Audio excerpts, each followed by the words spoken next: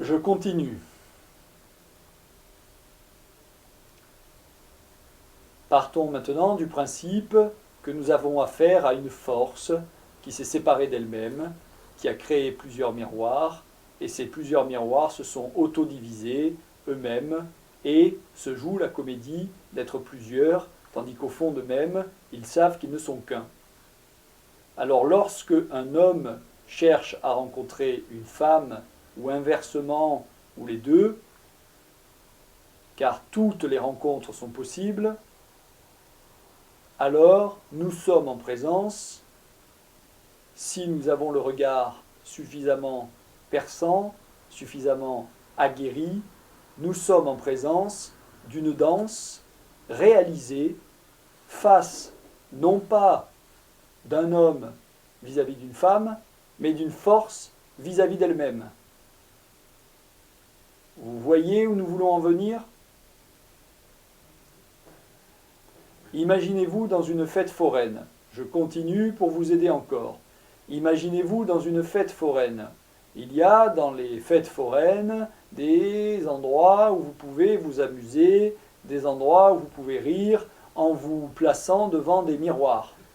Les miroirs sont déformants et vous donnent une image autre de votre réalité physique.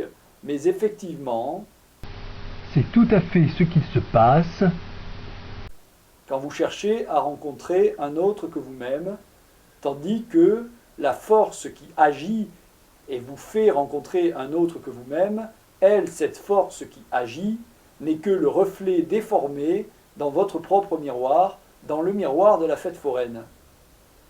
Il vous faut trouver, comme pour la foire, qui était le public, il vous faut trouver à présent, et nous ne vous donnerons pas la réponse, peut-être nous vous la soufflerons, il vous faut trouver qui, entendez-nous bien, qui est la fête foraine. Quelle entité représente la fête foraine? Vous n'êtes pas contraint de le trouver maintenant. Si vous le trouvez maintenant, alors des concepts vont être beaucoup plus clairs. Mais pour le cours numéro 3, nous avons encore des choses à vous dire et nous vous laissons le temps de mûrir tout cela.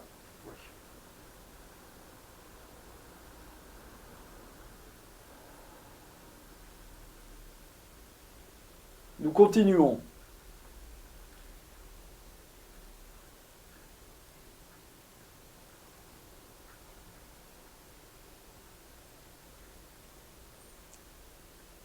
Il y a une lumière dans le fond du couloir. Cette lumière éclaire en partie le couloir, mais il faudrait plus d'une lumière pour parvenir à éclairer tout le couloir. Le cours numéro 1, allié au 2, allié au 3, sont des premières petites lumières pour venir éclairer plus de couloirs. Pourquoi cette information vous est révélée aujourd'hui? Parce que la fin d'un couloir est importante à négocier comme le virage dans une course automobile.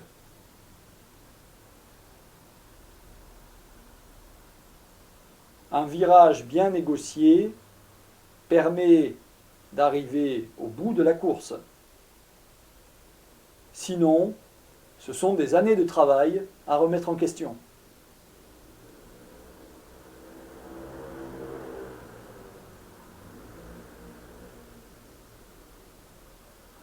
À vous? Oui, parce qu'au bout du couloir, il y a toujours une porte à ouvrir.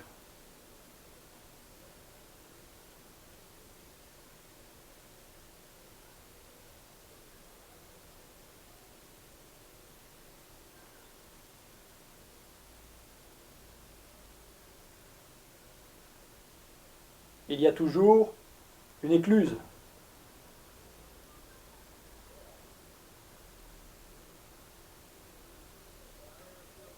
Oui, c'est nous qui ouvrons, c'est nous qui qui gérons le débit d'eau, c'est ça que vous voulez nous faire entendre?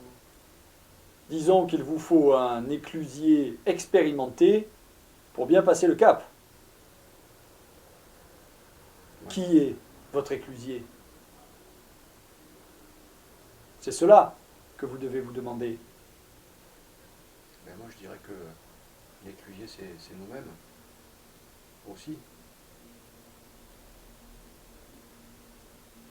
Parce que c'est nous qui réglons le débit de notre propre vie. Vous aurez tout le temps de penser à ce concept, mais il fallait que nous vous le donnions avant de poursuivre le cours.